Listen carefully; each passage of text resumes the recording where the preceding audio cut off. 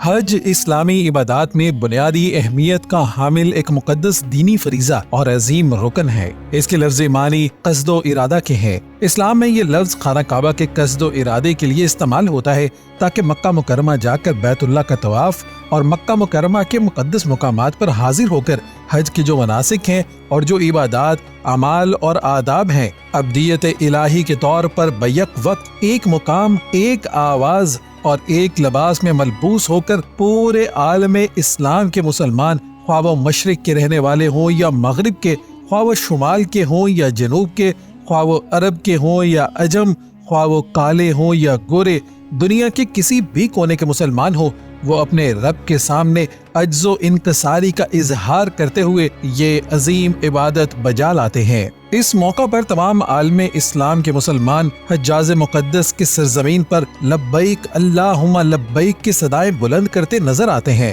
مسلمانان عالم کو اس مساویانہ اجتماع سے پیدا شدہ عملی مساوات کے نمونے کو سامنے رکھ کر اپنی پوری زندگی میں اسی مساوات اور باہمی برابری کا درس ملتا ہے۔ اسی بنا پر شریعت اسلامی نے کعبۃ اللہ کو سارے انسانوں کا قبلہ قرار دیا ہے۔ حدیث نبوی صلی اللہ علیہ وسلم سے ثابت ہے کہ کوئی نبی دنیا میں ایسے نہیں گزرے کہ جنہوں نے اس قبلے کا طواف نہ کیا ہو، اور ظاہر ہے کہ جب سارے انبیاء علیہ السلام بیت اللہ کی عظمت اور اس سے عشق و محبت کرتے نظر آتے ہیں اور اسے اپنا قبلہ تسلیم کر چکے ہیں، تو قدرتی طور پر ان کے ماننے والی قوموں کا قبلہ بھی یہی بیت اللہ ثابت ہوتا ہے۔ قرآن کریم نے بھی یہی درس دیا ہے کہ قبلے کی وضع دنیا کے سارے انسانوں کے لیے ہوئی ہے۔ حج قرآن کریم کی روح سے اس دنیا میں ایک عالمی اجتماع ہے جس میں پوری دنیا کے چپے چپے سے لوگ یکسانیت کے ساتھ اس عظیم عبادت میں حصہ لیتے ہیں۔ اس مقدس عمل کے نتیجے میں قدرتی طور پر تمام عالم اسلام کے لوگوں میں باہمی اخوت،